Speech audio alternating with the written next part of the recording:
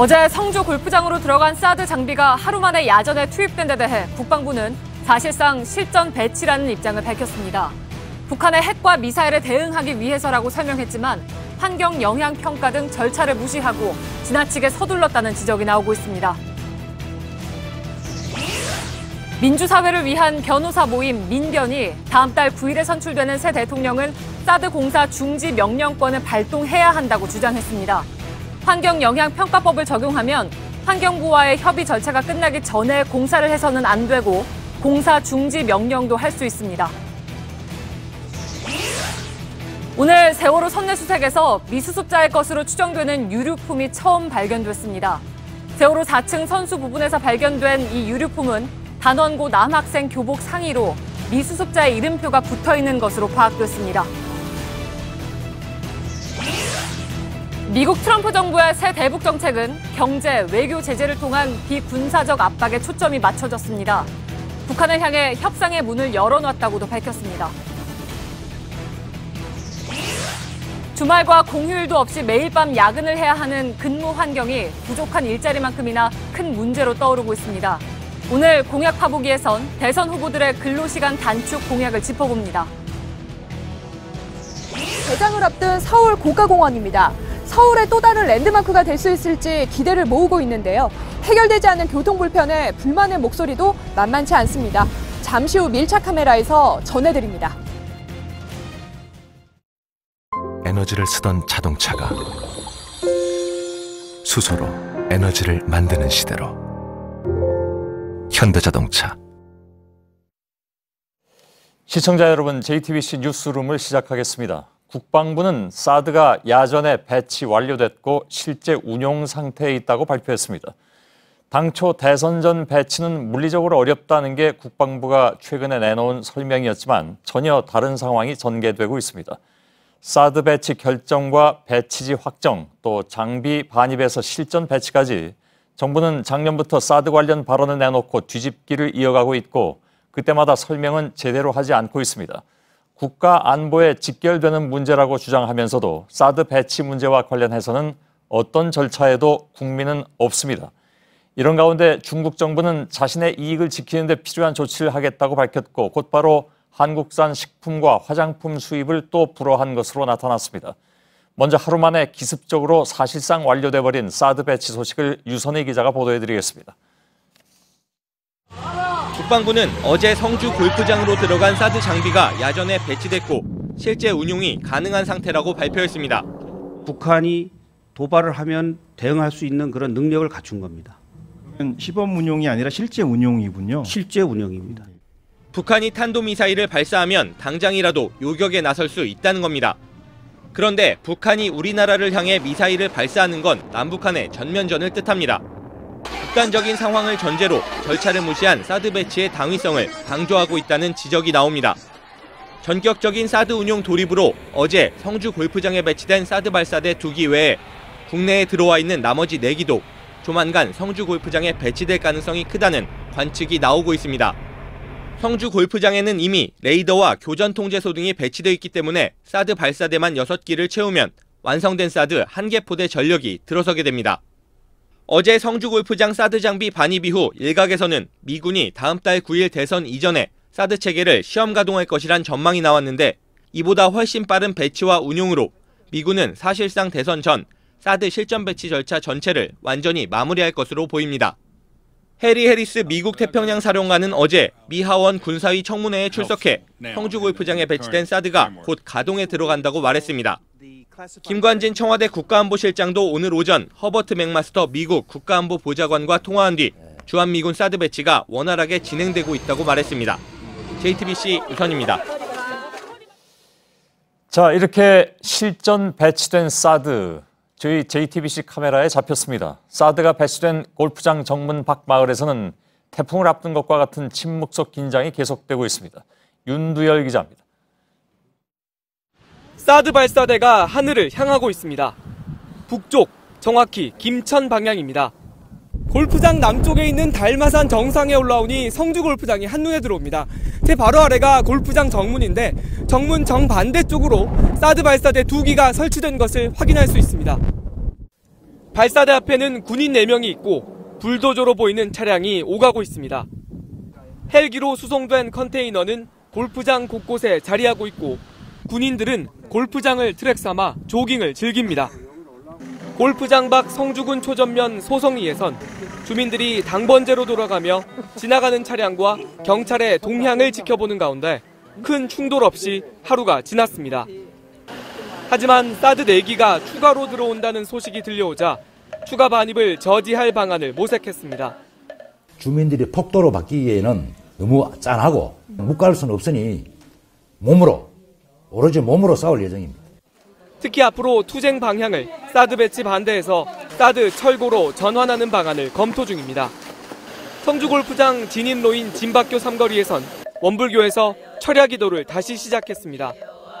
원불교 측은 서울 광화문에서도 오늘부터 무기한 단식 농성에 들어갔습니다. 세계평화를 위협하는 무기 체계입니다. 저희는 이 사드를 목숨을 걸고 반대를 하고 있습니다. 사드 반입으로 전쟁 같은 하루가 지난 뒤 골프장 안에서는 사드 배치를 완료했고 골프장 밖에서는 사드를 막기 위한 폭풍 전야의 모습이었습니다. JTBC 윤두열입니다. 어제 이 사드 장비가 골프장으로 들어가는 과정에서 충돌이 발생하면서 주민들이 많이 다쳤습니다. 어제 저희와 인터뷰한 이마을 임순분 부녀회장은 지나가던 미군이 웃음을 띠는 적절치 못한 모습을 보였다고 했는데 실제로 장비를 운송하던 미군이 충돌 장면을 웃으며 촬영하는 동영상이 공개됐습니다. 정원석 기자입니다.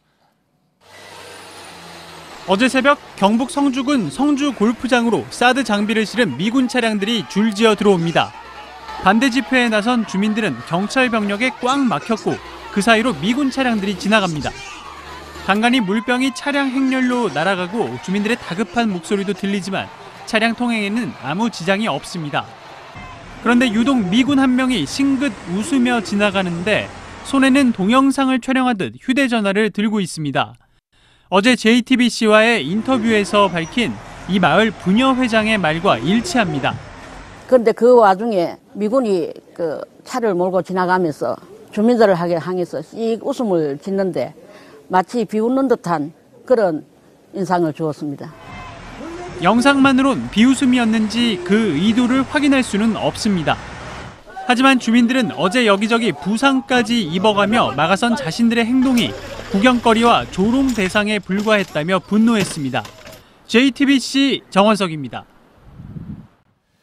다음 달 9일 선출되는 새 대통령은 사드 공사 중지 명령권을 발동해야 한다는 주장이 법조계에서 나왔습니다.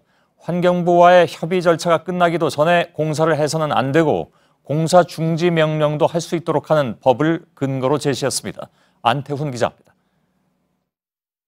사드 공사 중지 명령을 주장한 근거는 환경영향평가법에 나와 있습니다. 34조와 47조를 보면 환경영향평가서 협의 등의 절차가 끝나기 전에 평가 대상 사업의 공사를 해선 안 되고 이를 위반한 경우 환경부 장관은 해당 사업에 대해 공사 중지를 명해야 한다고 적혀 있습니다. 성주 골프장 부지는 148만 제곱미터인데 국방부는 사드 배치 부지를 30만 제곱미터로 적용해 환경영향평가서 작성 작업을 진행 중입니다. 면적이 33만 제곱미터 이하일 때는 소규모 환경영향평가 대상으로 분류됩니다. 이 경우 평가 기간이 짧고 주민공청회도 생략할 수 있어 꼼수 논란이 제기되고 있습니다. 소규모 환경영향평가라도 환경부와 환경영향평가 협의를 마치기 전에는 공사에 착공할 수 없습니다. 외교통상안보에서의 적법 절차가 매우 시급합니다. 다만 국방부는 사드 배치 부지에서 공사를 시작한 건 아니기 때문에 법적 절차 위반은 없다고 주장했습니다. 관건은 대선 전에 국방부가 환경영향평가서를 제출할지 여부입니다. 환경부는 평가서가 접수되면 관련 절차에 따라 협의를 한다는 입장이지만 새 정부가 들어서기 전에 국방부와 협의를 끝낼 가능성도 있어 논란이 예상됩니다. JTBC 안태훈입니다. 예, 방금 들어온 소식으로는 세월호에서 미수습자 고 박영인 군의 유품이 발견됐다는 소식이 들어오고 있습니다. 저희들이 잠시 후에 현지 중계팀으로 연결해서 자세한 소식을 전해드릴 텐데 지금 유품이 발견됐기 때문에 미수습자인 박영인 군도 발견할 수 있지 않을까 하는 그런 희망이 지금 목포 신항에는 있습니다. 저희들이 잠시 후에 취재기자를 연결해서 자세한 소식을 전해드릴 예정입니다. 자, 북핵 시설에 대한 선제 타격 가능성까지 거론한 미국 트럼프 정부의 대북 정책은 일단 비군사적 수단으로 옥죄는 쪽으로 확정됐습니다. 그러면서 협상의 문도 열어놓겠다고 밝혔습니다. 그러니까 당장이라도 군사적 행동이 있을 것 같았던 분위기는 일단 바뀌었습니다. 또한 북한이 바뀌면 미국도 줄 게 있다는 메시지로도 읽힙니다. 최병권 특파원입니다. 트럼프 정부의 외교안보수장 3명이 첫 대북 공동성명을 발표했습니다. 경제 제재를 강화하고 외교적 조치를 추구해 북핵 해체를 압박한다는 게 목표입니다. 우선 북한에 대한 테러 지원국 재지정, 대북 경제 봉쇄, 유엔 안보리의 추가 제재 등이 예상됩니다. 이 같은 압박책은 상하원 의원들을 상대로 한 브리핑에서 나왔습니다. 특히 공동성명은 협상의 문을 열어놨다고도 밝혔습니다. 북한을 향해 압박을 감수할지 아니면 협상으로 대가를 챙길지 선택하라는 요구입니다. 선제 타격 방도는 이번 성명에선 빠졌지만 완전히 사라진 건 아닙니다. We have a lot of preemptive options, but I couldn't begin to talk about them in this hearing. 해리스 사령관은 칼빈슨 항공모함은 전투기로 2시간 내 북한을 타격할 거리에 있다고도 밝혔습니다. 이날 미군은 캘리포니아에서 태평양으로 ICBM 미니트맨 3를 시험 발사해 북한을 압박했습니다. 트럼프 정부의 대북 정책에 북한이 어떻게 반응할지에 따라 한반도 정세가 갈릴 전망입니다. 워싱턴에서 JTBC 최병걸입니다. 자, 이처럼 비군사적 압박으로 북핵을 해체하겠다는 대북 정책을 밝히기 하루 전에 트럼프 정부는 사드 포대를 성주에 기습 배치한 셈이죠. 중국과 러시아는 미국의 미사일 방어 시스템의 일환이라면서 공동 대응 입장을 밝혔습니다. 신경진 특파원입니다. 한미가 사드를 배치하는 진짜 목적은 미국이 전 세계 미사일 방어 시스템 MD를 구축하기 위한 포석이다. 중국 국방부는 사드가 중국과 러시아를 포위하는 것이라며 모스크바에서 열린 중러 군부회의 소식을 전했습니다. 이 회의에서 중러 양국은 사드는 MD라고 규정했습니다. 북한 미사일 방어 목적이라는 한국과 미국의 주장을 일축한 겁니다. 양위진 국방부 대변인은 신형 무기를 투입한 중국군의 실전화 훈련도 강조해 사드 대응의 진일 보완 조치를 예고한 것으로 해석됩니다. 28일 유엔 안보리 북핵 장관급 회담에서 중러의 대응 수위가 주목되는 이유입니다. 사드 보복 여론을 주도한 중국 관영 매체는 확전을 자제하는 분위기입니다. CCTV는 메인 뉴스에서 단신으로, 인민일보는 한국의 반대 시위만 논평 없이 보도했습니다. 임박한 한국 대선에서 표심을 자극하지 않으려는 의도로 보입니다. 환구시보만 중요한 순간에 사드가 중국의 등을 찔렀다는 제목의 사설을 냈지만 표현 수위는 높지 않았습니다. 중국은 사드 보복이 한국 내 사드 찬성론자에게 피해를 주지 못한 채 한국 내 사드 반대 여론만 약화시켰다고 판단하고 새로운 전략을 준비 중인 것으로 전해집니다. 베이징에서 JTBC 신경진입니다. 예, 조금 전에 제가 말씀드린 대로 세월호 선체 수색이 시작된 지 열흘째인 오늘 단원고 미 수습자 박영인 군의 것으로 추정되는 교복이 발견됐습니다. 가족들은 3년 만에 마주한 아들의 흔적에 울었습니다. 목포 신항에서 취재 중인 현장 기자를 연결하겠습니다. 이상엽 기자, 박 군의 교복이 발견된 거는 언제입니까? 네, 그렇습니다. 오늘 오후 3시쯤 4층 선수 좌연 객실 인근에서 교복상의 한 점이 발견됐습니다. 이 명찰이 붙어 있었는데 미 수습자 9명 중 1명인 단원고 2학년 6반 박영인 군의 이름이 있었던 것으로 확인됐습니다. 일단 교복 말고 유해로 추정되는 것은 발견되지 않았습니다. 예, 4층 선수면 저희들이 누차 이제 보도를 해드린 바가 있습니다만은 단원고 남학생들이 머물던 곳인데 바로 그 인근에서 발견이 된 셈이군요. 네, 교복이 발견된 곳은 내부 수색 착수 후 가장 먼저 확보한 4층 1번 진입로 쪽입니다. 이 4층 선수는 단원고 남학생들이 머물렀던 곳으로 집중적인 수색이 진행된 곳입니다. 그동안 진흙과 자재 때문에 이 별다른 진전이 없었지만 이 교복이 발견되면서 유해 발굴에 대한 기대감도 커지는 분위기입니다. 현재 영인 군의 부모가 부두 내에서 이 유류품을 계속 확인하고 있는 것으로 알려졌습니다. 예, 지금 이 시간에도 교복이 발견된 그 근처에 수색이 계속되고 있습니까? 아니면 지금은 일단 중단이 됐습니까? 지금 작업은 중단된 상태입니다. 그럼 내일 아침에 다시 시작합니까? 그렇습니다. 지금은 작업은 일단 중단된 상태이고 이 박영인 군의 교복이 발견되면서 이 가족들이 연락을 받고 안에서 확인하고 있는 작업을 진행 중입니다. 예. 자, 지금 주인을 알 수 없는 유류품들도 속속 발견이 되고 있다면서요? 네, 사진을 한번 보시겠습니다. 이 교복은 진흙으로 엉망이 됐습니다. 기름도 여기저기 묻은 상태입니다. 찢어진 신발도 진흙이 묻어 그대로 굳었습니다. 이 목포시는 시 홈페이지에 이 세월호 유류품 게시판에 올린 사진들인데요. 이 3년을 기다렸지만 아직 주인을 찾지 못하고 있는 상태입니다. 유류품은 원칙적으로 유가족에게 전달하지만 이 주인을 못 찾으면서 지자체가 유류품 습득 공고를 하고 있는 겁니다. 예. 자, 계속 이렇게 유류품들이 나오고 결국은 오늘 미수습자 박영인 군의 교복도 나온 셈인데 앞으로 수색 과정은 구체적으로 어떻게 됩니까, 그러면? 네, 악조건 속에서도 매일 세월호 3층과 4층 내부 수색은 계속되고 있습니다. 하지만 아직까지 배 안에서 나온 건 유류품과 동물뼈뿐입니다. 오늘 처음으로 미수습자 흔적이 나왔기 때문에 이 모든 수색 인력을 교복이 발견된 지점 주변으로 집중할 계획입니다. 이 선체조사위는 미수습자 수색과 별개로 이 침로 기록 장치를 찾기 위해서 조타실의 진입도 계속하고 있습니다. 예, 알았습니다. 마저 좀 취재를 계속하고요. 2부 첫 순서로 다시 목포 신항을 연결하도록 하겠습니다. 그 전에라도 다른 소식이 있으면 바로 연결해서 얘기 듣도록 하죠. 이상엽 기자가 세월호 앞에서 전해드렸습니다.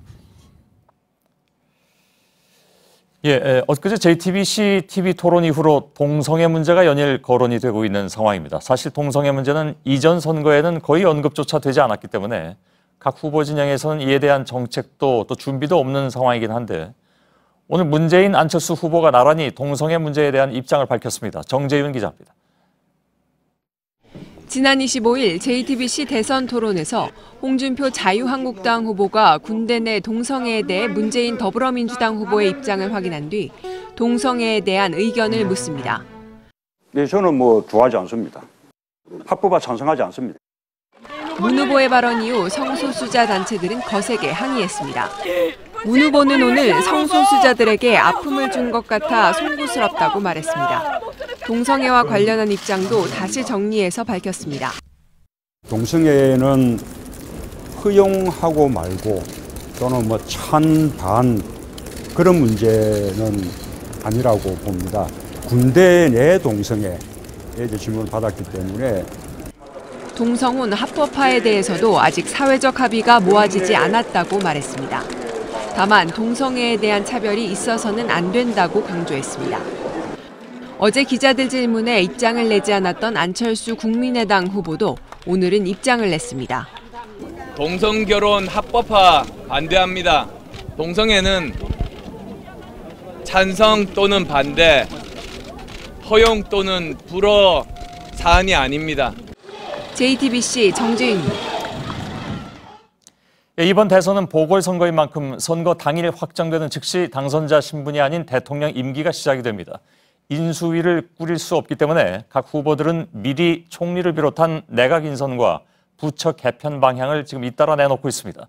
문재인 후보가 차기 국무총리 인사의 구체적인 인선 방향을 밝힌 데 이어서 안철수 후보도 통합정부와 관련해서 국민내각 구성 방안을 이르면 내일 발표한다고 합니다.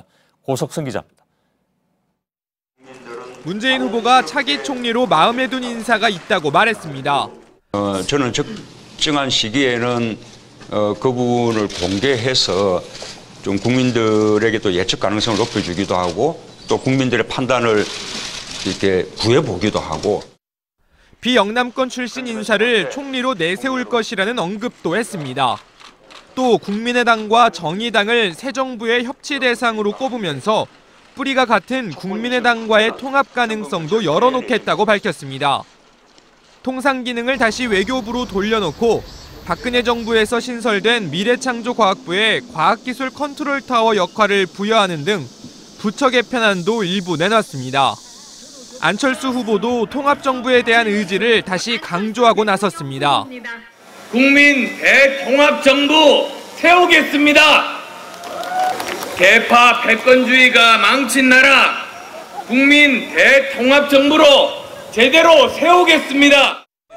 안 후보 측은 이르면 내일 국민내각 구상안도 발표할 예정입니다. 여론조사 지지율 1, 2위의 두 후보가 잇따라 정부 구성 방향 등을 내놓고 있는 건 인수위원회를 통한 별도의 준비 과정 없이 곧바로 대통령 임기가 시작되기 때문입니다. 두 후보 측 모두 선거 전까지 정부 조직 구성안 등을 대략적으로 마무리 지을 것으로 보입니다. JTBC 고석승입니다. 오늘도 문재인, 안철수 후보 양측의 검증 공방이 이어졌습니다. 국민의당은 한국고용정보원이 문재인 후보의 아들 문준용 씨의 인사채용 관련 기록을 조직적으로 폐기했다고 주장했습니다. 또 민주당은 서울대가 안철수 후보 부인 김미경 교수 채용을 위해서 의대 정원까지 조정했다고 공세를 폈습니다. 박병현 기자입니다. 지난 12일 심재철 국회 부의장은 한국고용정보원이 문재인 후보의 아들 준용 씨의 채용 관련 서류를 폐기했다고 밝혔습니다. 그리고 오늘 국민의당은 서류 파기를 주도한 당사자를 지목했습니다. 당시 행정지원팀장이던 최연용 기획조정실장입니다. 한국고용정보원의 전직 간부는 최연용 팀장 자신이 문준용 씨 채용 관련 문서를 모두 파기했다고 말하는 것을 직접 들었다고 증언했습니다. 또 문서 파기는 최 실장의 단독 결정으로 이루어질 수 없다며 고용정보원이 조직적으로 증거를 인멸한 것이라고 주장했습니다. 이에 대해 최 실장은 증거인멸은 있을 수 없는 일이라는 반응입니다. 응시원서는 저희가 갖고 있지 않아요. 개인정보보호법에 의해서 최장 180일까지 갖고 있을 수 있고 불필요시 지체 없이 파기하도록 되어 있습니다. 민주당도 안철수 후보의 부인 김미경 교수에 관한 추가 의혹을 제기했습니다. 서울대 의대가 김 교수를 채용하는 조건으로 정원 1명을 추가 배정받았다는 겁니다.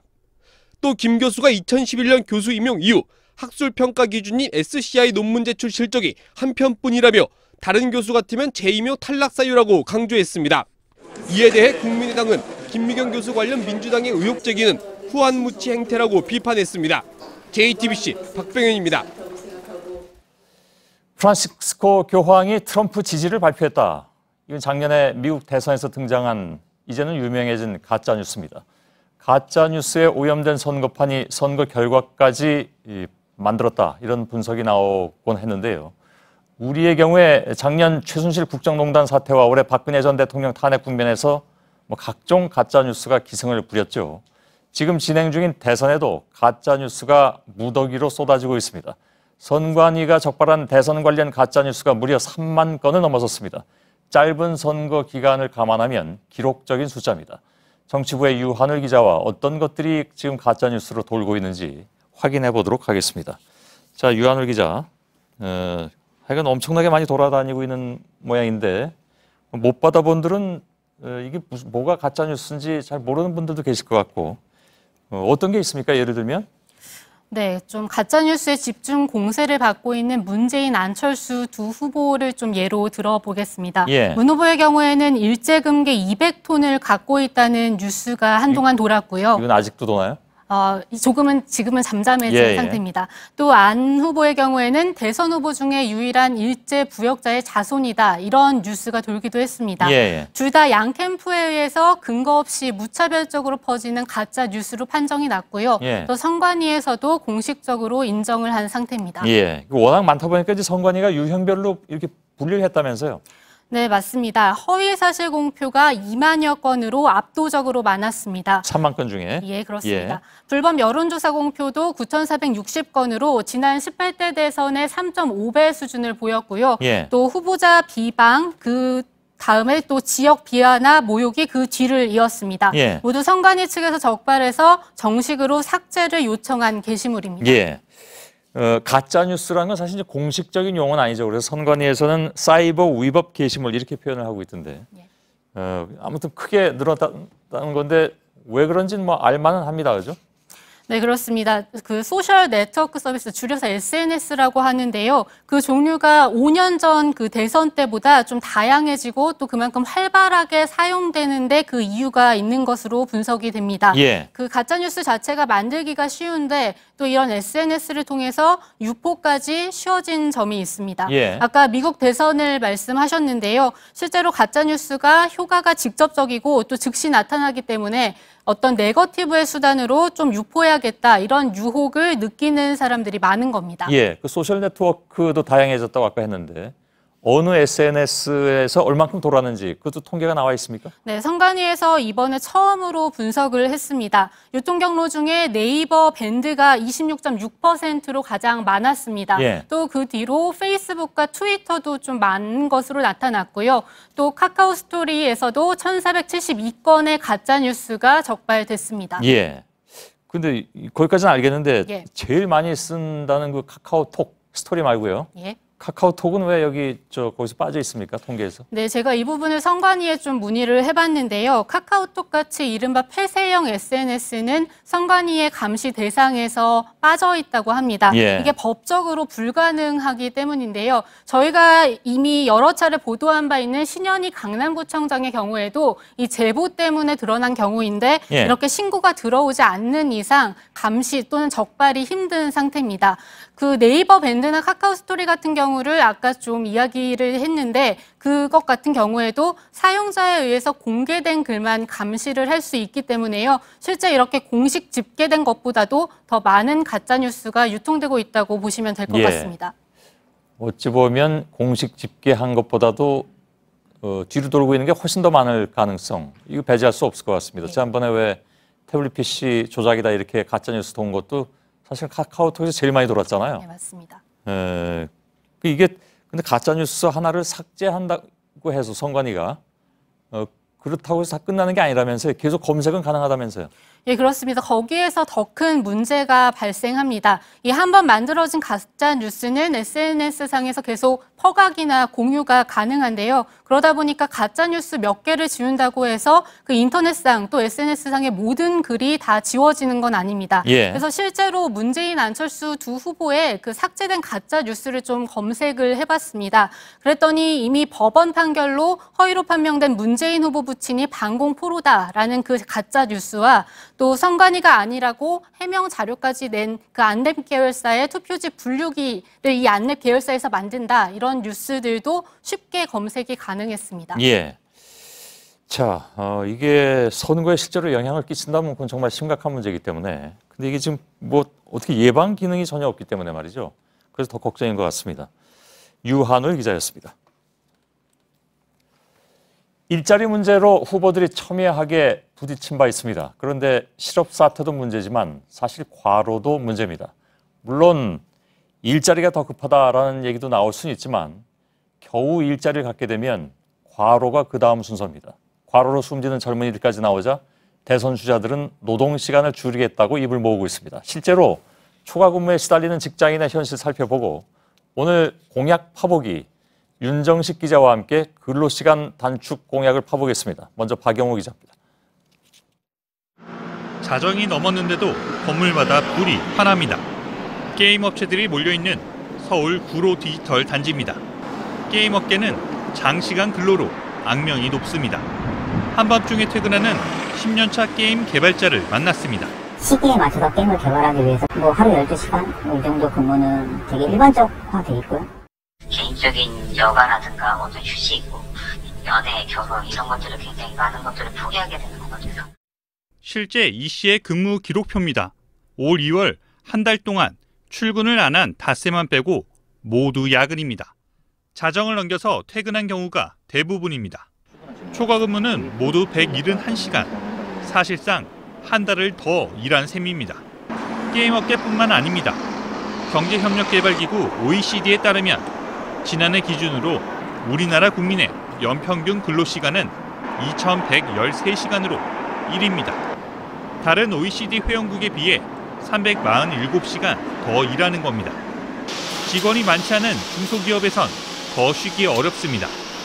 중소기업 중앙회 조사 결과 이번 주말부터 최대 10하루까지 쉴 수 있는 황금 연휴에도 중소기업 셋 중 하나는 하루도 안 쉰다고 했습니다. 납품 기일을 못 지키거나 매출에 타격이 있을까 봐 걱정이라는 겁니다. 야근과 주말 근무를 당연시하는 우리 기업 문화에 대선 주자들의 근로시간 단축 공약이 어떤 변화를 일으킬지 주목됩니다.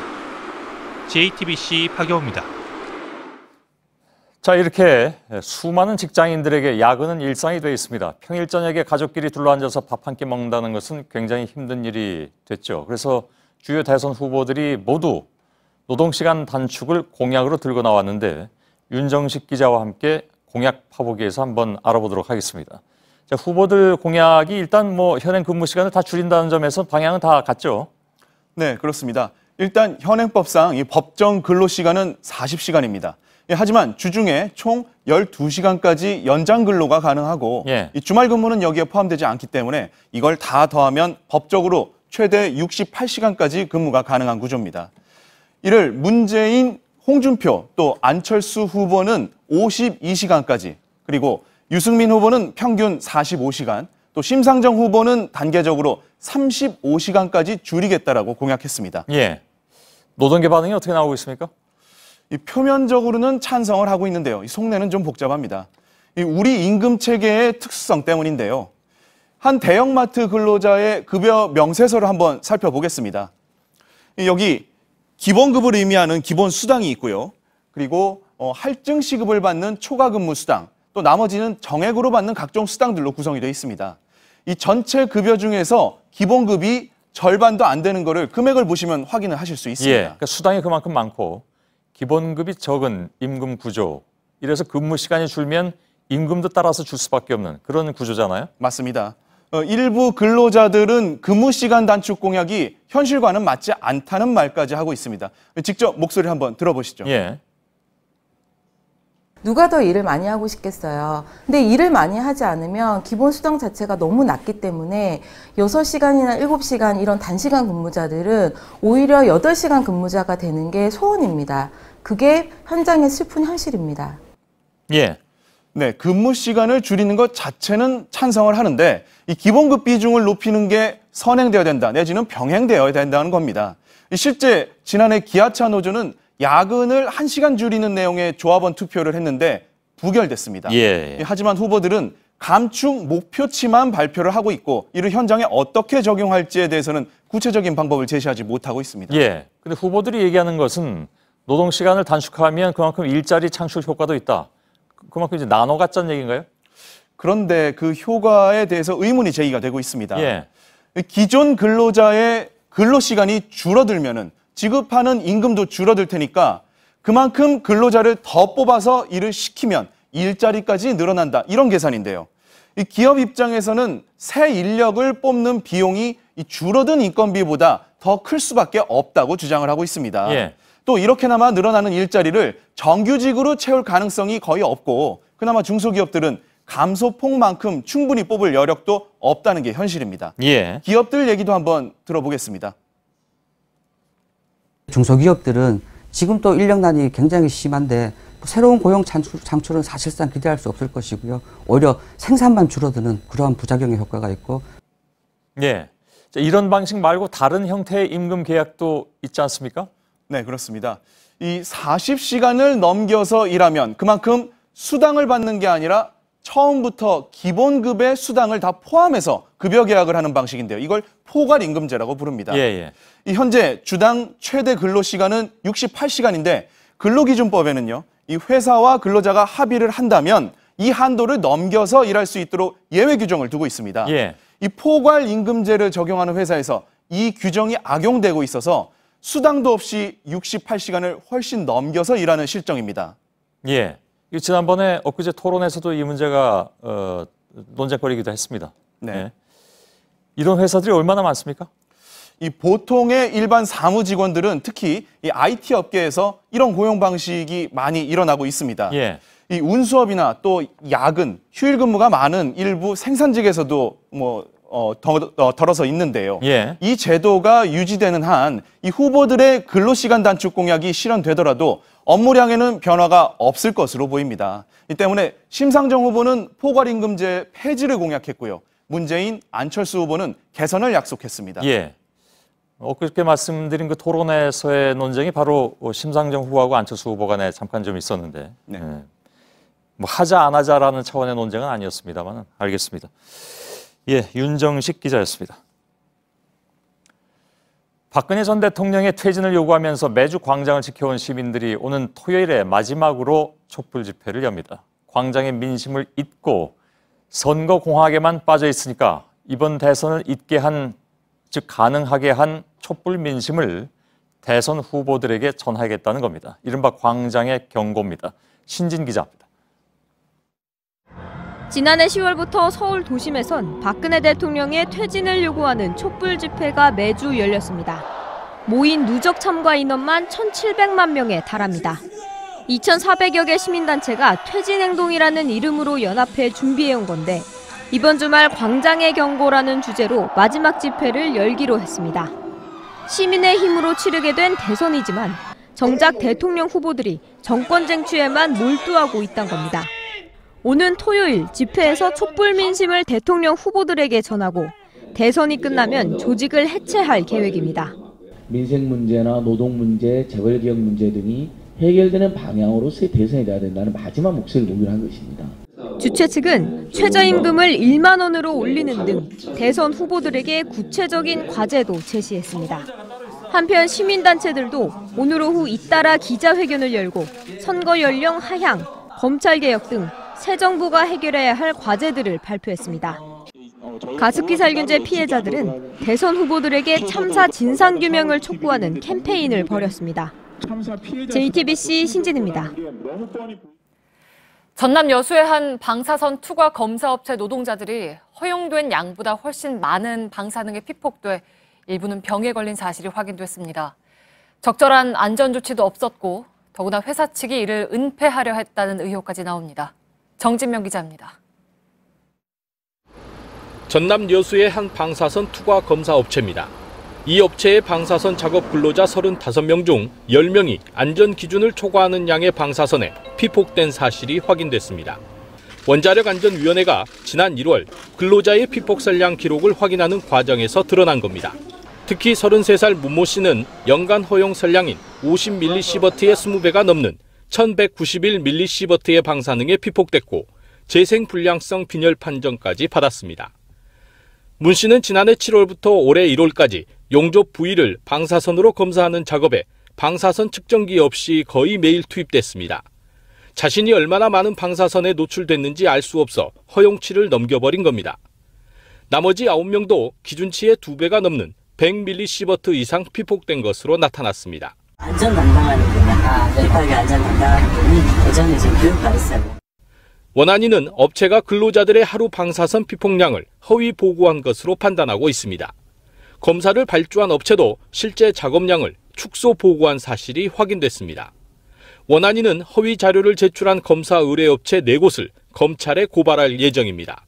JTBC 정진명입니다. 오늘 박근혜 전 대통령의 혐의 가운데 하나인 문화계 블랙리스트 작성과 관련한 재판이 열렸습니다. 그동안 박 전 대통령은 블랙리스트 작성에 반발한 문체부 고위공무원들이 면직당한 것에 대해서 전혀 모르는 일이라고 주장해왔습니다. 그런데 오늘 재판에서 박 전 대통령이 직접 이들의 면직을 전자결제한 증거가 공개됐습니다. 임지수 기자입니다. 박근혜 전 대통령 13가지 혐의 중 하나는 문화계 블랙리스트 작성 지시에 반발했던 문체부 1급 공무원들에게 사표를 종용한 점입니다. 실제 2014년 9월 최규학 기획조정실장 등 3명이 실제 사표를 제출했고 한 달여 뒤 면직 처리됐습니다. 그동안 박 전 대통령 측은 해당 공무원들의 사직 과정에 대해 아는 게 없다고 주장해왔습니다. 하지만 오늘 김기춘 전 비서실장의 재판에서 박 전 대통령이 이들의 면직을 직접 제가한 전자결제 문서가 공개됐습니다. 해당 문서의 최종 결제란에 박 전 대통령 이름이 쓰여진 겁니다. 증인으로 출석한 정진철 청와대 인사수석은 대통령의 전자결제를 다른 누가 대신할 수는 없다면서 박 전 대통령이 당시 1급 공무원 3명의 면직 사실을 알고 있었다고 밝혔습니다. 앞서 특검 조사에서 정 수석은 박 전 대통령의 지시를 김종덕 당시 문체부 장관에게 전달하는 중간자 역할을 한 것으로 지목받았습니다. 하지만 정 수석은 이들의 면직 과정에 대해 알지 못했다면서 해당 문건은 자신이 있는 인사수석실과는 관련이 없다고 주장했습니다. JTBC 임지수입니다. 지난 18대 대선 직후 수천 명의 시민들이 개표 결과에 문제를 제기하는 소송을 냈습니다. 대법원이 4년이 지난 오늘에야 해당 소송에 대해서 각하 결정을 내렸습니다. 박근혜 전 대통령이 이미 파면됐기 때문에 사안의 실체를 따져볼 필요조차 없다는 이유였습니다. 김필준 기자입니다. 18대 대선이 끝난 직후인 2013년 1월 한영수 씨 등 시민 6,600여 명이 중앙선거관리위원장을 상대로 18대 대선 무효 확인 소송을 제기했습니다. 전자개표기 사용이 위법하고 국정원과 군사이버사령부 등 정부기관이 개입해 선거가 무효라는 주장이었습니다. 선거 무효 소송은 대법원에서 단신제로 처리되기 때문에 시민들은 대법원의 판결을 기다렸습니다. 공직선거법은 선거 무효 소송의 경우 소송이 제기된 후 180일 안에 신속히 결정하도록 규정하고 있습니다. 하지만 2013년 9월 지정된 변론기일은 선관위 요청으로 무기한 연기됐습니다. 소송이 제기된 지 4년 4개월이 지난 오늘 대법원은 박근혜 전 대통령이 이미 파면됐기 때문에 소송에 실익이 없다며 해당 소송을 각하했습니다. 대법원에서는 4년 4개월 동안 한 번 심리도 하지 않고 이렇게 재판을 각하했습니다. 대법원이 스스로 법치주의를 무너뜨리고 선관위는 최근 18대 대선 당시 전자개표 조작 논란에 대해 필요하다면 제3의 기관을 통해 공개 검증하겠다고 밝힌 바 있습니다. JTBC 김필주입니다. 부산교육청이 내년부터 관내 초등학교에서 객관식 시험을 없애겠다고 밝혔습니다. 우리나라 교육사상 처음입니다. 아직 넘어야 할 산은 많지만 그동안의 객관식 위주의 단면적인 평가를 개선한다는 점에서 전국으로 확대될 가능성이 높아 보입니다. 조택수 기자입니다. 부산 지역 초등학교는 그동안 상하반기 2번씩 1년 동안 모두 4차례 객관식 시험을 치렀습니다. 하지만 내년부터는 이런 사지선다형 시험이 없어집니다.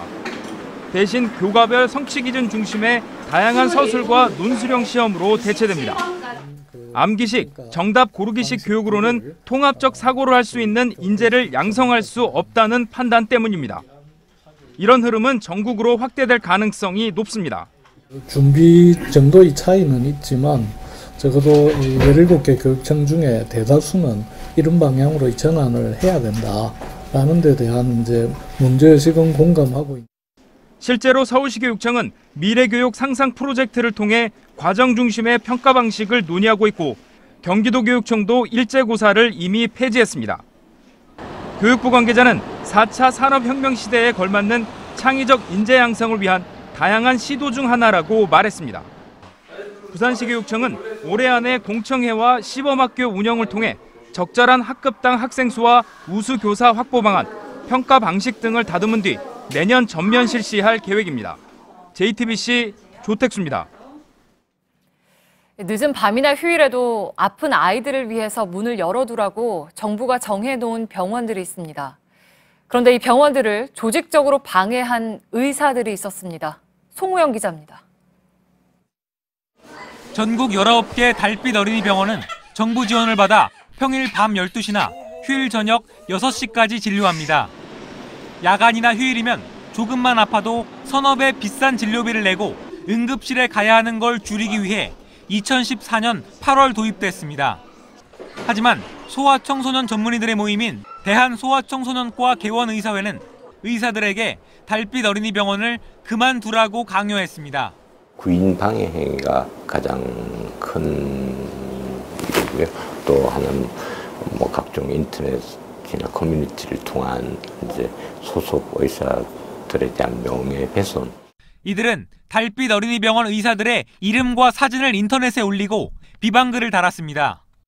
의료 정보를 공유하는 의사 커뮤니티에 접속하지 못하도록 막아 영업에 타격을 주기도 했습니다. 또 의사회 회원 자격을 제한하는 징계를 내리겠다고 협박했습니다. 실제로 지난해까지 7개의 달빛 어린이 병원이 사업을 취소했는데 그중 5곳이 의사회의 방해 때문인 것으로 밝혀졌습니다. 해당 의사회에는 소아청소년과 전문의 3,600명이 모여 있습니다. 어떤 주장을 하더라도 의사회 측에서는 이익이 없을 것 같다고 판단을 하신 모양이더라고요. 그래서 전부 대응하지 않는 걸로. 공정거래위원회는 해당 의사회에 과징금 5억 원을 부과하고 검찰에 고발할 계획입니다. JTBC 송우영입니다. 1분기 우리 경제가 깜짝 성장을 했습니다. 수출이 끌어주고 투자가 밀면서 걱정했던 것에 비해 선전했습니다. 하지만 아직은 불안한 회복세를 굳히고 내수와 일자리 확대로 연결되는 선순환 구조를 만드는 건 다음 달에 출범할 새 정부 몫입니다. 조민근 기자입니다. 올해 우리 경제 일단 출발은 좋았습니다. 오늘 한국은행은 1분기 실질 국내 총생산이 전분기보다 0.9% 증가했다고 밝혔습니다. 정부가 전망했던 0.6%보다 상당히 높은 수준입니다. 이 추세가 이어진다면 올해 연간 성장률도 당초 전망치인 2.6%를 웃돌 가능성이 큽니다. 선전의 주역은 수출과 투자, 투톱입니다. 반도체를 중심으로 수출이 살아나면서 설비 투자가 늘었고 아파트 분양 호조에 건설 투자도 증가세로 돌아섰습니다. 다만 소비 회복세는 아직 미미합니다. 다음 달 출범할 새 정부도 부담을 좀 덜었습니다. 하지만 만만치 않은 과제도 기다리고 있습니다. 3월부터 본격화된 중국의 사드 보복 효과는 2분기 성장률을 끌어내릴 전망입니다. 여기에 미국 보호무역주의 공세도 점차 거세지고 있습니다.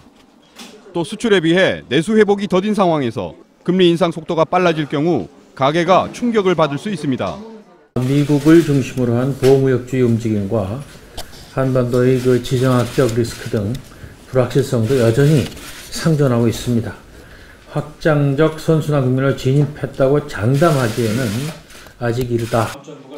전문가들은 올해도 세수 호황이 이어지고 있는 만큼 새 정부가 추가 경정 예산 편성 등 적극적인 정책을 통해 일자리 확대와 성장 동력 확보에 나서야 한다고 조언합니다. JTBC 조민근입니다.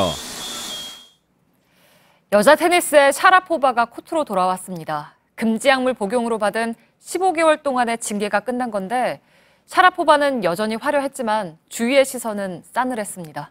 전영희 기자입니다.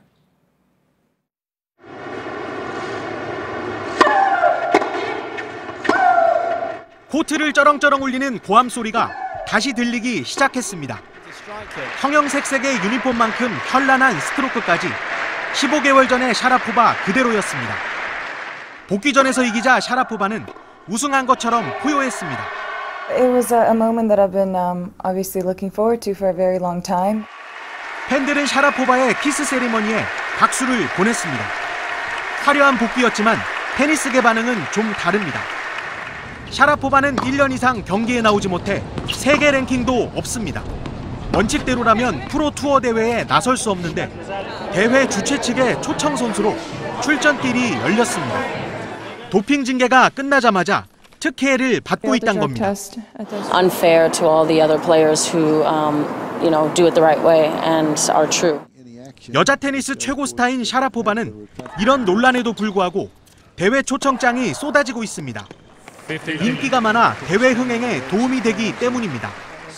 다음 달 열리는 메이저 대회 프랑스 오픈도 샤라포바에게 와일드카드 출전권을 검토하고 있습니다. JTBC 전영입니다.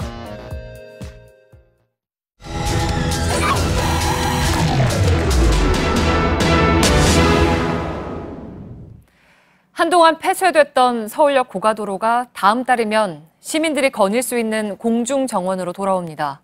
서울의 또 다른 랜드마크가 될 것이란 기대가 크지만 환영하는 목소리만 있는 건 아닙니다. 밀착 카메라 박소연 기자입니다. 재구시를 못하던 교각은 튼튼하게 고치고 낡은 콘크리트 바닥은 모두 뜯어내 보행길로 만들었습니다. 안전성 문제로 지난 2015년 12월 차량 통행을 금지했던 서울역 고가도로가 다음 달 20일 공원으로 재탄생합니다. 서울 고가공원입니다. 보행로 곳곳에는 원형으로 된 화단이 놓여 있는데요. 보리수, 나무 등 다양한 식물을 관찰할 수 있습니다. 또 이곳에서는 숭례문 등 서울 도심의 모습을 한눈에 내려다볼 수 있는데요. 시야를 가리지 않도록 1.4m 높이의 안전 펜스를 유리로 만들었습니다. 도심 속 공중정원이란 기대에 공원과 맞닿은 서울 중림동 일대에는 새로운 상권이 형성되고 있습니다. 작년 7월 달에 오픈을 했어요. 그리고 대부분 지역의 가게들이 그쯤에서 다들 들어오기 시작을 했어요. 반면 공원 개장을 우려하는 목소리도 있습니다. 일반 주택가처럼 보이지만 이곳은 소규모 봉제 공장이 몰려있는 서울 서계동입니다. 흔한 공장 간판도 없는 이곳에 이렇게 고가 공원을 반대하는 현수막이 내걸리기 시작했습니다. 이유를 한번 들어보겠습니다. 디자이너들이 여기를 불편하니까 안 넘어오니까 일이 떨어지니까 여기 사람들은 먹고 살아야 되니까 반대하는 거 아니에요. 2천여 곳에 이르는 서울 서계동 일대의 봉제 공장들은 과거 서울역 고가를 통해 동대문과 남대문 시장으로 의류를 납품해 왔습니다. 시간이 너무 많이 걸리니까 이쪽 거래처를 끊고 동대문 쪽으로 거래처를 옮겼어요. 저희는 피해가 굉장히 심해요. 50% 절감됐어요, 일감이. 하루에도 몇 번씩 원단을 배달하는 오토바이 운전자는 교통 불편을 고스란히 체감하고 있습니다. 옛날보다 많이 걸리죠, 그러면. 옛날에는 신호 한 번도 없었잖아요. 근데 지금은 이제 신호를 지금 뭐 한 세 번 정도 받아야 여기 들어오죠? 서울시는 이 지역에 내년 상반기까지 봉제산업지원센터를 설립하겠다고 약속했지만 2년 넘도록 부지도 결정하지 못하고 있습니다. 고가 인근에 형성돼 있던 수제화 거리의 상인들도 애가 타는 건 마찬가지입니다. 서울역 고가 우회도로여서 차량 통행이 늘어났지만 되려 이곳을 찾는 손님은 줄었다는 겁니다. 교통 지옥이에요. 여기는 도매를 하는 데니까 가게 하는 분들이 와서 잠깐 세워놓고 신발도 가져가고 이렇게 해야 되는데 그런 유통 단계가 전혀 없어진 거죠. 지난 2015년 12월 서울역 고가가 폐쇄된 지 1년 반 가까이 지났는데요. 서울 도심 지역 교통 상황은 어떤지 직접 택시를 타고 이동해 보겠습니다. 회원역 주변 고가 시작 부분에 이르자 좁아진 도로에 차량이 움직이지 못합니다. 항시 막힌다고 봐야 돼요. 택시 손님 이쪽으로 가는 손님이 없어요, 거의. 아, 진짜요? 많이 매다가 이렇게 많이 나오는데 한 3, 4천 원이면 가는데 이 10,000원씩 나와가지고 누가 택시 타려고 그래요, 지금 이 불경기에. 동대문 종합시장에서 서울 서계동까지 5.6km를 움직이는데 34분이 걸렸습니다. 고가 폐쇄 후 대체 도로를 신설하지 않다 보니 인근의 교통 정체는 여전히 해결되지 않고 있습니다. 서울의 또 다른 랜드마크를 꿈꾸는 서울 고가공원이 이제 곧 개장을 앞두고 있습니다. 하지만 기대만큼 우려도 커지고 있는 게 현실입니다. 도심 교통 정체는 풀지 못한 숙제로 남아있는데 사각지대에 대한 보완책 마련이 필요해 보입니다. 밀착 카메라 박소연입니다.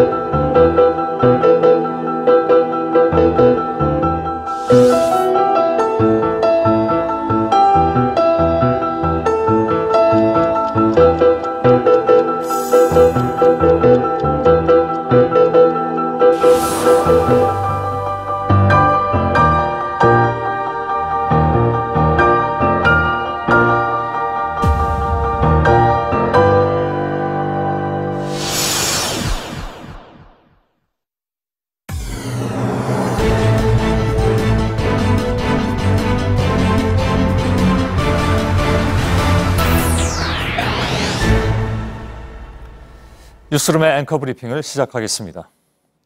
기억하는 4월의 하늘은 분명 이런 모습은 아니었습니다. 뿌옇게 하늘을 뒤덮은 황사와 미세먼지 가득한 거리. 고개를 들면 늘 그 자리에 있을 것만 같았던 연파랑의 봄 하늘을 우리는 언제부턴가 잃어버리고 있었습니다. 요 며칠 마치 휴가처럼 주어진 부서질 듯 깨끗한 공기와 맑은 하늘로 이제 곧 다시 닥칠 미세먼지가 더욱 두려워지는 요즘.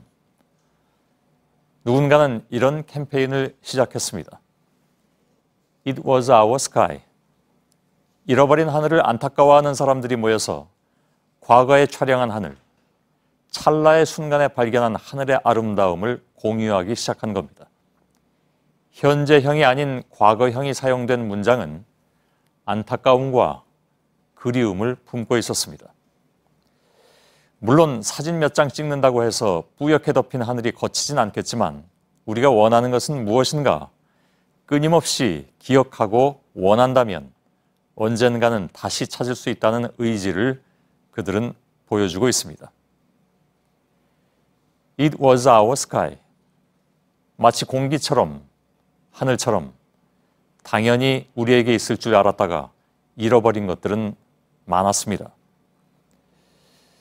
그리고 이제는 돌이키기엔 어려워 보이는 미세먼지와도 같이 그 자리를 대신한 것들, 그 모든 정상의 비정상화 등 지난 겨울 공교롭게도 사람들이 광장에서 모인 날은 어김없이 미세먼지가 엄습한 날이었고 소망하는 것들은 그만큼 불투명해 보였습니다. 그 춥고 탁했던 날들을 뚫고 한국 사회는 진화할 것인가? It was our sky가 아닌 It is our sky. 잃어버렸던 우리의 하늘을 되찾을 수 있을 것인가? 잠들어 있던 그 배가 다시 돌아오던 그날, 간절한 마음으로 하늘을 올려다본 누군가는 이런 하늘을 발견하기도 했으니. 오늘의 앵커 브리핑이었습니다.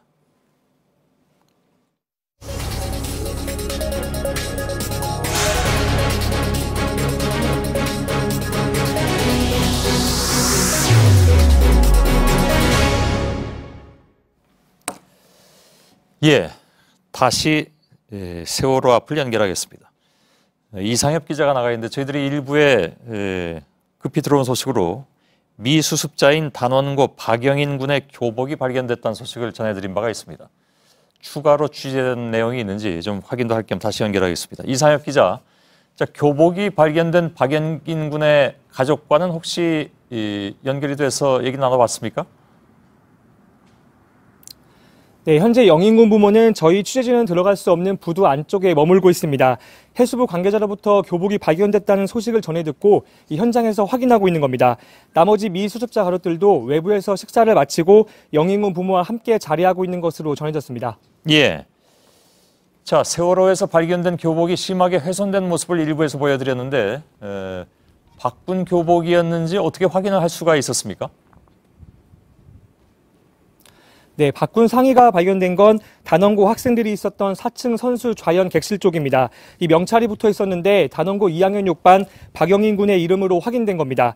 이 박군의 교복이라는 건 다른 미수습자 가족을 통해서도 확인할 수 있었습니다. 일단 교복 말고 유해로 추정되는 부분은 발견되지 않았습니다. 영인 군과 같은 반이자 역시 미수습자인 남현철 군의 아버지는 정작 부모들은 현재 담담한 상황이고 중요한 것은 유류품이 아니라 아이가 빨리 배 밖으로 나오는 것이라며 현재 심경을 대신 전했습니다. 예, 그렇죠. 자, 교복이 어떻게 발견됐는지 어떤 수색 과정에서 발견된 건지 취재가 됐습니까? 네, 오늘이 선체 내부 수색 10일째입니다. 8일째입니다. 계속해서 3, 4층 객실에 대한 수색이 이어지고 있는데 이 진흙을 담아서 양동이나 수거용 가방에 담아서 이 밖으로 빼내는 작업을 하던 도중에 진흙에 파묻혀 있던 교복 상의가 발견된 겁니다.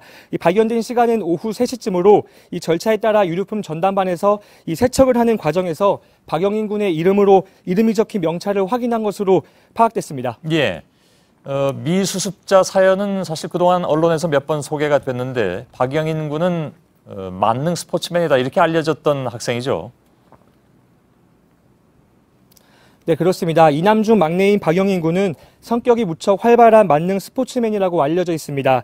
특히 영인 군의 어머니는 세월호 참사 전 축구화를 사달라는 아들의 말을 들어주지 못한 게 마음에 남아서 팽목항에 축구화를 사서 두기도 해서 주변을 안타깝게 하기도 했습니다.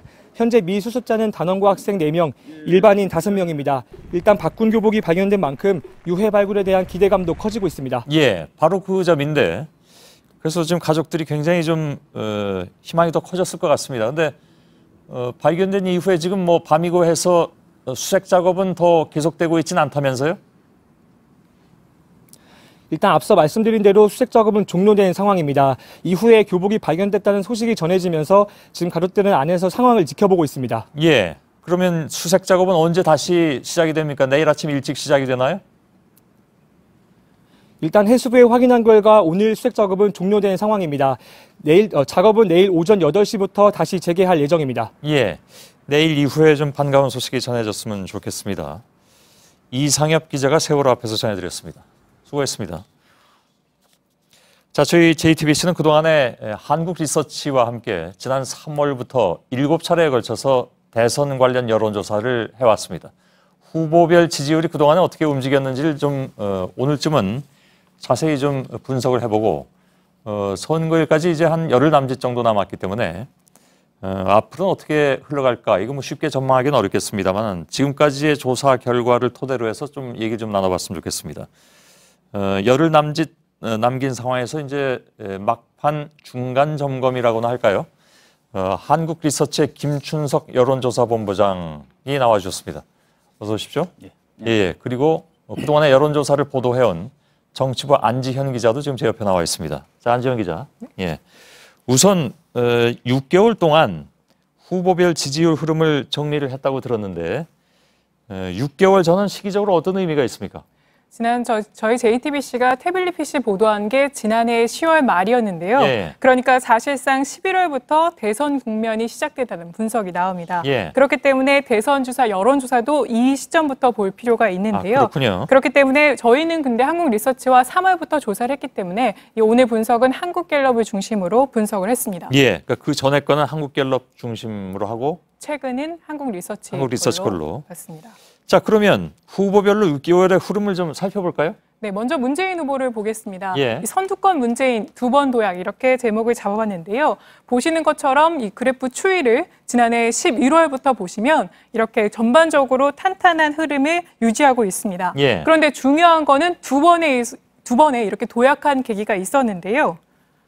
그렇습니다. 네, 보시면 이 1월 첫째 주에는 탄핵과 특검 국면이 있었습니다. 예. 먼저 1월 초를 자세히 보시면 민주당 내 경선룰 협상에서 대표 주자로 부각될 때입니다. 예. 이때는 탄핵안이 가결된 뒤로 본격적인 이 탄핵 심판이 시작되고 특검 수사가 활발하게 진행될 때입니다. 예. 박근혜 정부의 각종 부정비리가 쏟아져 나올 때인데 이 제1야당의 유력 주자로서 문 후보가 가장 부각되던 시기이기도 합니다. 예. 그리고 두 번째 도약은 이달 초인데요. 이 경선 후보로 확정된 뒤에 다시 한번 10%포인트 가까이 뛰어오른 모습입니다. 예, 뭐 조금씩 이렇게 오르락내리락이 있긴 있었으나 전반적으로 보면 그 두 계단을 이렇게 뛰어오른 그런 모습이 그래프상으로 일단 명확하게 나타나는 것 같군요. 네, 맞습니다. 자, 그렇다면 문 후보로서는 이런 추세를 계속 끌어가야 하는 그런 그 상황이 되는데 여론조사 전문가 입장에서 보실 때 한국 리서치의 김춘석 그 여론조사 본부장께서는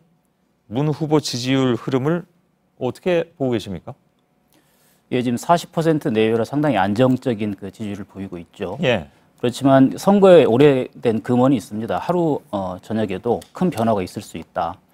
앞으로 그 문재인 후보 지지율도 물론 그 변화의 가능성이 있다 하겠습니다만은 예. 다만 다른 후보에 비해서 그 지지층의 그 결집도가 상당히 높다는 점에서 변화 가능성은 상대적으로 좀 낮다 이렇게 볼 수 있겠습니다. 예, 등락을 하더라도 뭐 갑자기 크게 뛴다든가, 예. 아니면 갑자기 확 떨어진다든가 이런 거는 좀 찾아보기 어려울 것이다 이런 예상인가요? 다른 후보에 비해서 그럴 개연성이 낮다 하겠습니다. 예, 알겠습니다. 예상은 어디까지나 조심스럽게 할 수밖에 없는 상황이라서 그렇습니다. 알겠습니다. 자, 그러면 안철수 후보 지지율 흐름을 볼까요? 네, 안 후보의 흐름은 앞에 보신 문 후보와는 조금 다릅니다. 예. 경선 효과 듬뿍이라는 제목을 잡았는데요. 이 이유는 이 지지율이 가장 큰 폭으로 움직였습니다. 지금 보시는 것처럼 급상승한 모습인데요. 안 후보의 경우에는 4월 첫 주에 드라마틱한 변화가 있었습니다. 예. 안 후보의 지지율은 한 주 사이에 2배 가까이 높아진 겁니다. 그때가 바로 이제 경선을 하면서 후보로 확정되던 시기. 네, 맞습니다. 방금 전 문재인 전 문재인 후보가 경선 후에 약 10%포인트 가까이 오른 모습이 있었는데요. 그런데 안 후보의 경우에는 20%포인트 가까이 오르면서 이른바 컨벤션 효과를 제대로 봤습니다. 예. 그런데 잘 보면 당시가 민주당과 국민의당 모두 경선이 있었을 때였는데요. 민주당 경선에서는 보수 중도 성향 유권자의 지지를 많이 확보했던 안희정 충남지사가 탈락하면서 그 표도 안 후보에게 많이 옮겨갔다는 분석이 나옵니다. 예. 결국 민주당과 국민의당 경선이 모두 안 후보에게 플러스가 된 것으로 보입니다. 예, 사실 이렇게 굉장히 수직적으로 뛰는 경우는 물론 이번 대선전이 좀 여러 가지 특수성이 있긴 하나 여러 가지 선거사로 놓고 볼 때 다른 나라 경우도 마찬가지고 이렇게 수직적으로 뛴 경우가 이렇게 거의 찾아보기는 어려운 그런 상황인데 네네. 어쨌든 그런데 지난주부터는 지지율이 또 빠지고 있는 그런 상황인데 그 상황을 좀 볼까요? 네, 앞서 보신 한국갤럽에서는 지난주에 한 30%까지 하락했지만 어제 저희가 발표한 JTBC 한국리서치 여론조사에서는 20%, 정확하게는 25%까지 떨어진 걸로 나오는데요. 예. 그러니까 빠르게 오르고 빠르게 내린 상황인데 때문에 안 후보의 향후 지지율 흐름이 선거 결과에 키를 쥐고 있다. 이런 분석도 나옵니다. 예. 조금 아까 안지현 기자가 얘기한 30%, 25% 이거는 퍼센트 포인트가 아니라 그냥 퍼센트를 얘기하는 거죠? 네네. 예. 전체 그 지지율에서 어느 정도 비율로 빠졌느냐 하는 거죠. 그러니까 전체 안철수 후보의 지지율이 30%까지 떨어졌고 저희 예. 조사에서는 25%대까지 기록했다는 뒤에 겁니다. 포인트 붙이는 것과 아닌 것은 완전히 다른 것이기 때문에 네, 맞습니다. 확인만 해봤습니다. 네.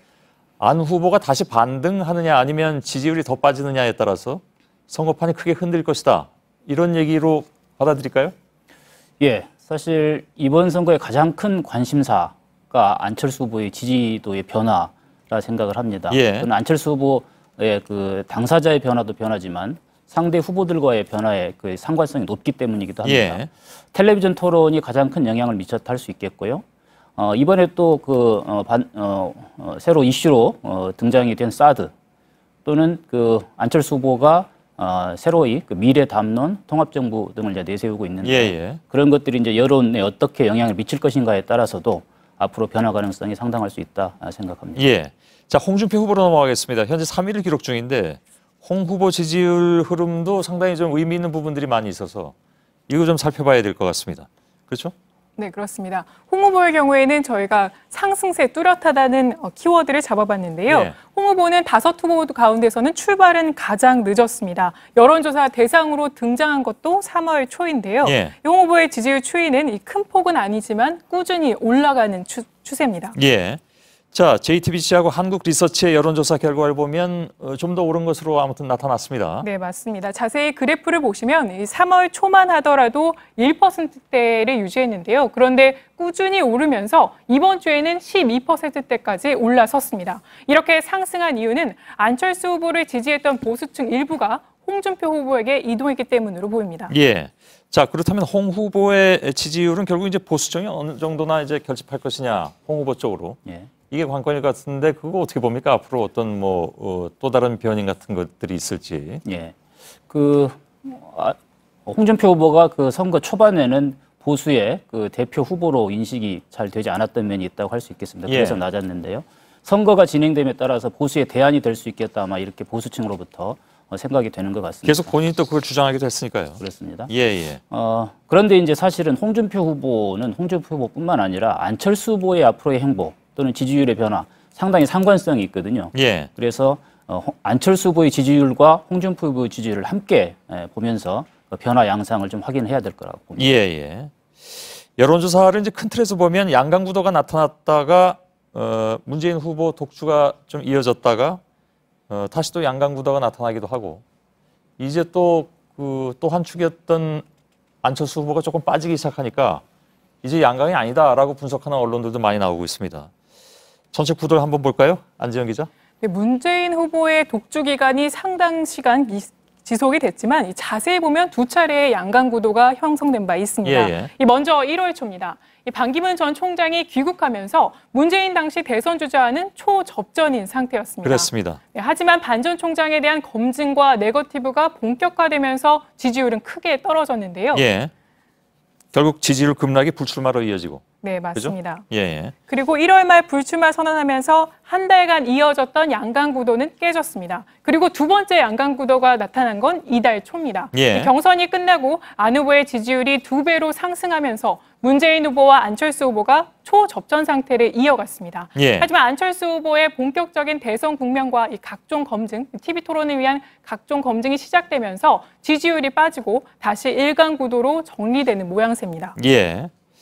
자, 이 상황이 계속 갈지 아니면 다시 양강 체제로 복귀할지 이건 좀 단정적으로 말하기 좀 어렵긴 하겠습니다만은 본부장께서 보시기에 앞으로 구도를 크게 흔들 수 있는 어떤 뭐 변인 그런 것들이 있다면 있을까요, 우선?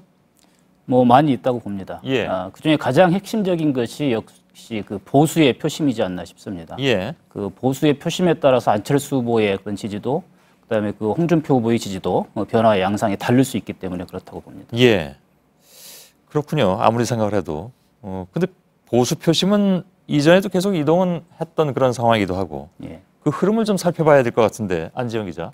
네, 보수 표심은 계속해서 이동해 왔는데요. 먼저 전체 지지율, 지난 11월부터 전체 지지율을 통해서 한번 살펴보겠습니다. 예. 이게 반기문 전 총장과 이 황교안 권한대행 그리고 안희정 전 충남지사와 이렇게 다 포함이 되어 있는 건데요.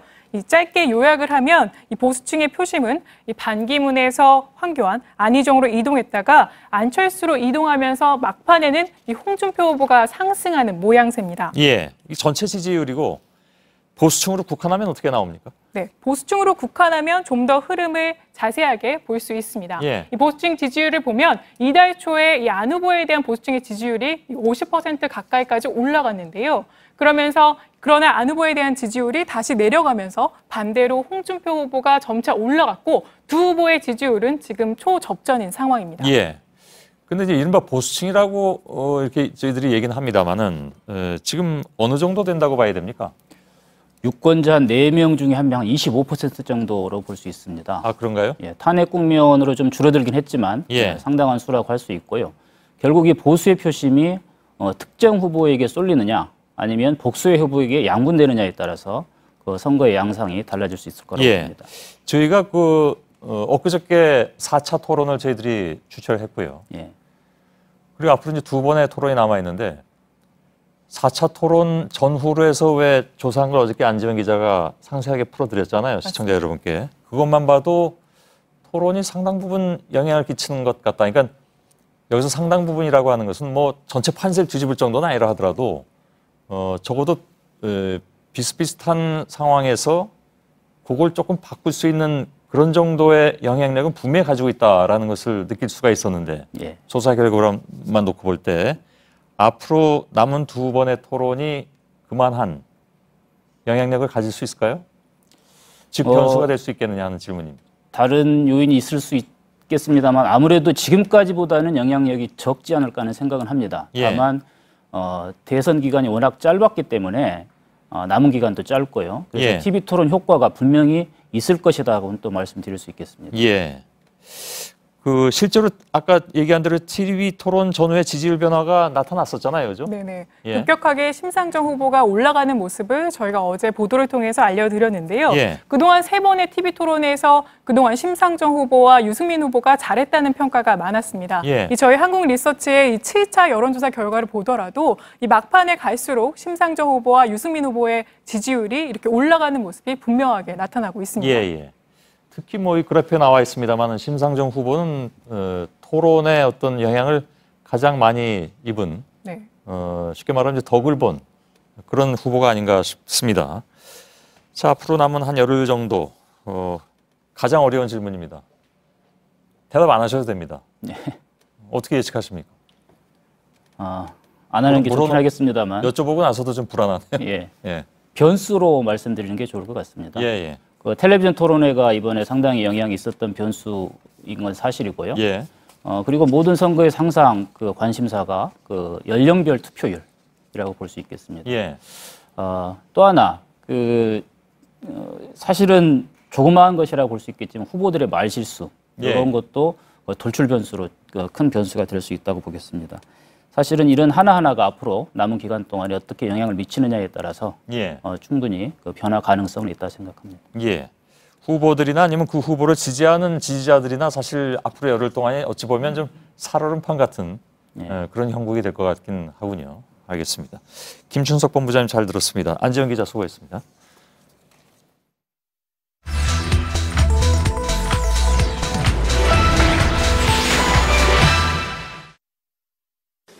그럼 군에서 동성애가 굉장히 심합니다. 군 동성애는 이 국방 전력을 약화시키는데 어떻습니까? 거기는? 예, 그렇게 생각합니다. 그래서 동성애 반대하십니까? 반대하지요. 동성애 반대하십니까? 그럼요. 네, 팩트체크 오늘 주제는 동성애입니다. 지난 토론회에서 동성애 논란이 불거졌죠. 오늘 문재인 후보는 이에 대해서 군대 내 동성애만 반대라는 입장을 추가로 내놨습니다. 홍준표 후보는 동성애는 안 된다는 주장을 되풀이했습니다. 동성애를 둘러싼 이슈들, 후보들의 발언을 중심으로 검증을 해보죠. 오대영 기자, 이 이슈를 가장 먼저 꺼낸 건 홍준표 후보였죠? 맞습니다. 첫 번째 검증 대상은요, JTBC 이틀 전에 토론회 이 발언입니다. 들어보시죠. 동성애 때문에 지금 얼마나 우리 대한민국에 지금 에이저가 14,000명 이상 에이저가 지금 창궐 하는 줄 아십니까? 네, 이 발언 사실이 아닙니다. 동성애도 여러 원인 중에 하나지만 성 정체성이 절대적인 이유가 아니라는 것이 질병관리본부의 설명인데요. 함께 들어보시죠. 그게 꼭 동성간이다, 이성간이다 라고 하기에는 조금 이 감염인과 위험한 성 접촉을 했을 때 감염 확률이 있는 거거든요. 낙인이나 편견이나 차별 때문에 숨고 안 하실까 봐 그걸 되게 우려하고 있고요.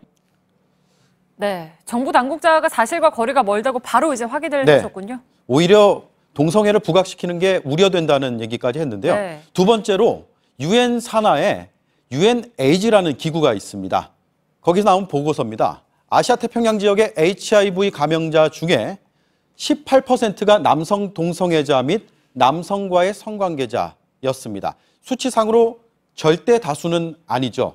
그런데 유엔은요, 이런 개인의 유형보다는 사회적인 차별, 또 소외의 관점에서 원인을 분석하고 있었습니다.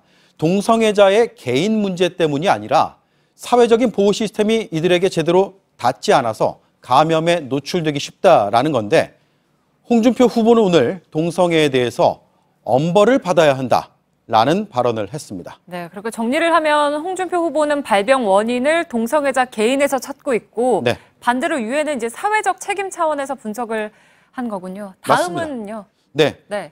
문재인 후보가 차별금지법에 대해서 후퇴했느냐 여부가 논란이었고 이에 대해서 성소수자 단체 비판이 제기되기도 했습니다.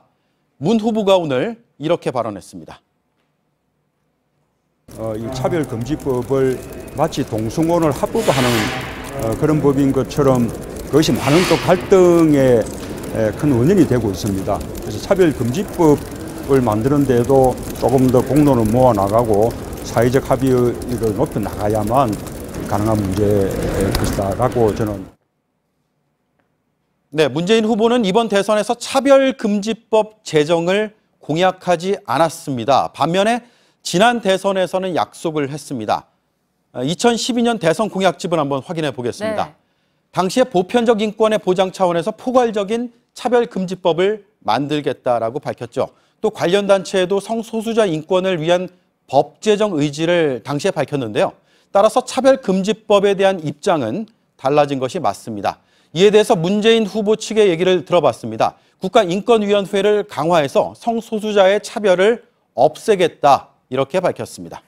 네, 그런데 이 논란이 사실은 군대 내 동성애 문제로 시작이 됐잖아요. 홍준표 후보가 토론 도중에 동성애가 국방 전력을 약화시킨다라고 했는데 이게 근거가 있습니까? 당시 토론하면서요, 홍준표 후보의 그 발언에 대해서 문재인 후보도 동의를 했습니다. 그런데 동성애와 군 전력의 상관관계를 확인할 근거를 찾지 못했습니다. 그나마 유추해 볼 수 있는 자료가 바로 군 형법인데 92조 6에 보면 군인끼리의 이런 행위를 처벌한다고 되어 있습니다. 이에 대해서 헌법재판소가 판단을 했습니다. 군의 건전한 생활과 군기의 확립을 위한 조항이다라고요. 군대 내 동성애 행위가 군기를 해친다는 뜻으로 해석이 됩니다. 하지만 이 조항은 지나치게 자의적이다라는 이유로 헌법재판관의 위헌 의견이 서서히 늘고 있는 추세입니다. 또 합리적이지 않은 막연한 편견이다. 기본권을 침해한다. 이런 이유로 폐지 법안이 지난 국회에서 제출되기도 했습니다. 동성애가 국방전력에 악영향을 준다는 주장 확인이 어렵습니다. 그리고 동성애 문제에 대해서요. 안철수 후보가 입장을 내놨는데 동성애 자체는 반대도 찬성도 하지 않는다. 동성결혼 법제화에는 반대한다고 했고 유승민 후보는 성소수자에 대한 편견은 없지만 동성애를 합법화하는 제도는 찬성하지 않는다. 이렇게 밝혔습니다. 네, 팩트체크 오대영 기자였습니다.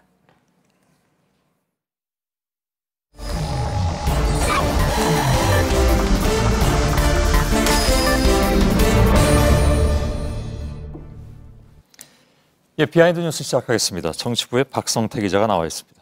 예, 첫 번째 키워드 열어볼까요? 네, 첫 번째 키워드는 김무성이 사라졌다입니다. 예. 네, 오늘 김무성 바른정당 선대위원장이 입장문을 하나 냈는데요. 예. 본인의 탈당설, 중대 결심설 등이 있는데 이는 전혀 근거 없고 사실 무근이라고 밝혔습니다. 예. 이런 입장문을 낸 거는 탈당설 자체가 있었다는 건데요. 그럴 만한 이유가 좀 있습니다. 예. 지금 사진 하나 볼 텐데요.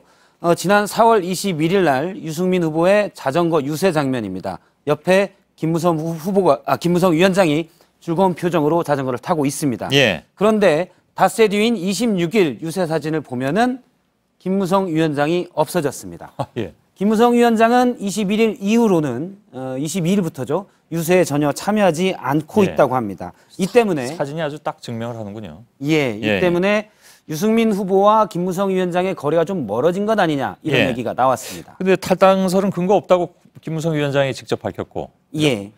또 그 이혜훈 의원이 좀 가까운 편이라면서요? 예, 그렇습니다. 예, 그런데 들어봤습니까? 이제 유세는 같이 안 하고 예. 탈당설은 없다. 그래서 이게 어떻게 된 얘기냐.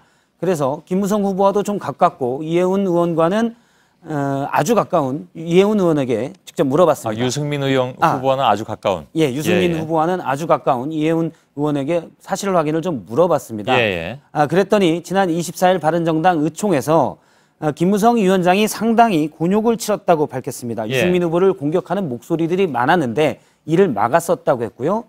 그런데 특히 김 위원장과 가까운 모모모 의원들이 주로 유승민 후보를 흔들어서 이 때문에 마음고생이 심했을 것이라고 말했습니다. 예. 그러니까 이 말은 김무성 위원장과 유승민 후보의 거리가 전혀 멀어지지 않았다는 얘기인데요. 그런데 당 일각에서는 김무성 위원장이 아마 지금 단일화 물밑 작업을 좀 하는 것 같다. 이런 얘기도 꾸준히 나오고 있습니다. 예. 뭐 후보 본인은 뭐 절대로 그런 일 없다고 엊그저께 토론에서 이미 얘기했습니다. 예. 그리고 후보가 동의하지 않으면 단일화는 없다라고 딱 보수 박아버렸기 때문에 예. 그럼 김무성 의원은 다시 나와야 되는 게 아닌가 싶기도 하고. 알겠습니다. 다음 키워드는요? 다음 키워드는 홍준표 잡는 조원진으로 잡았습니다. 예. 이게 어떤 얘기입니까? 먼저 홍준표 후보 얘기부터 하면 상당히 공격력이 강한 대선 후보입니다. 예. 최근 유세에서 문재인 후보에게는 거짓말을 한다. 그리고 안철수 후보에게는 박지원 대표가 상황이다. 또 유승민 후보에게는 배신자다. 이 말만 반복적으로 하고 있습니다. 예. 어제부터 나온 유세 4곳에 가도 거의 비슷한 표현들을 썼는데요. 이런 작전은 거친 표현을 반복적으로 쓰면서 특정 후보에게 특정 이미지를 심어줄 수 있는 겁니다. 예. 미국 대선 당시에 당시 트럼프 후보가 주로 써서 효과를 좀 봤다는 겁니다. 예. 근데 뭐 조원진 후보가 어떻게 홍 후보에게 뭐 천적입니까 그러면? 예. 홍준표 후보가 이렇게 공격력이 센데 홍준표 후보가 당하는 그런 쪽이 있습니다. 바로 자유한국당이죠. 자유한국당에서 탈당해서 새누리당으로 간 예. 조원진 후보인데요. 사진 하나 볼 텐데요. 지금 사진 김진태 의원이 오늘 새벽에 올린 사진입니다. 예. 조원진 후보가 춘천에 찾아와서 같이 만나서 얘기를 했는데 홍준표 후보로 단일화를 하자 이런 얘기를 하니까 조 후보가 홍 후보는 신뢰가 없어서 만나는 것은 의미 없다. 이렇게 얘기했었다고 합니다. 예.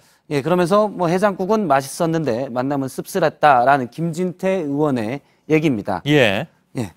그래서 조원진 후보는 요즘 홍준표 후보에 대해서 상당히 공격을 많이 하고 있습니다. 예. 믿을 수 없다라는 말도 계속하고 있고요.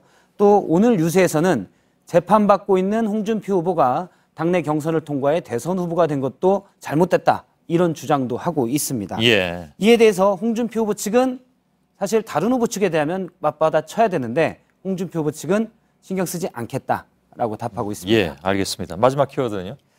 네, 마지막 키워드는 동성애의 화들짝입니다. 각 캠프가 그렇죠, 사실. 예. 사실 정의당 빼놓고 정의당하고 자유한국당은 뭐 명확하게 입장이 있는 편이고요. 예. 사실 성소수자 문제가 대선 이슈로 이렇게 부각이 됐는데요. 성소수자 문제는 인권 문제와 결부돼 있고 또 기독교 중심의 보수층 표심과도 결부돼 있기 때문에 특히 진보 측과 보수층 표심이 다 필요한 문재인 후보와 안철수 후보에게는 상당히 예민한 문제였습니다. 예. 앞에 리포트에서 잠깐 저희가 다뤘는데 두 후보가 모두 입장을 냈죠, 오늘. 예, 그렇습니다. 그런데 논란은 25일 JTBC 대선 TV 토론에서 됐는데 오늘 입장을 냈습니다. 이틀이 늦어진 거죠. 그래서 선대위 관계자에게 물어봤는데 먼저 민주당에서는 이 문제가 예민해서 빨리 정리를 하기로 선대위에서 의견이 모아졌었다고 합니다. 그래서 어제 입장을 내려 했는데 그 전에 이제 성소수자들이 항의하는 일이 벌어지면서 마치 급조해서 입장을 내는 것 같아서 못 내고 오늘 방송기자클럽의 초청 토론회에서 질문을 하면 입장을 내려고 했는데 질문이 없어서 또 입장을 못 냈다. 그래서 오후에 냈다. 이렇게 발표를 했습니다. 입장 발표가 미뤄지면서 뭔가 문제가 있는 것 아니냐라는 의혹이 있었는데요. 사실 지난 20일 있었던 한 기독교 단체가 주최한 토론회에서 차별 금지를 강화해야 된다. 이런 입장을 문재인 후보 측이 내기도 했었습니다. 예, 안철수 후보 측은 당의 입장하고 후보 입장이 뭐 좀 다르다는 얘기가 나왔는데 그건 어떻게 됐습니까? 예, 앞서 말했던 지난 20일에 있었던 토론회에서 나왔던 건데요. 당시 안철수 후보를 대신해서 문병우 최고위원이 토론회에 참석을 했는데 이때 동성애도 반대, 동성혼도 반대, 상당히 강경하게 얘기를 냈습니다. 그리고 실제 입장을 내는 데 있어서 당내에서는 동성애 자체도 반대하는 목소리가 높았다고 합니다. 그래서 결론을 내는데 좀 시간이 걸렸었는데요.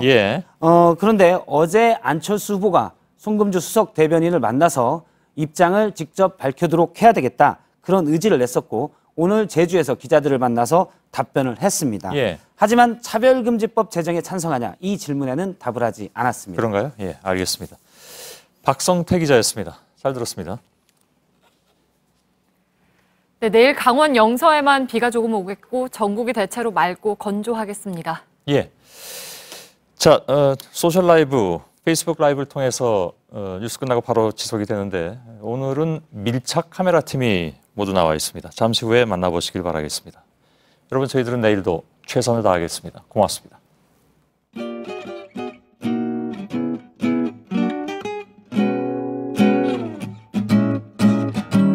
Blue skies smiling at me, nothing but blue skies do I see. Bluebirds singing a song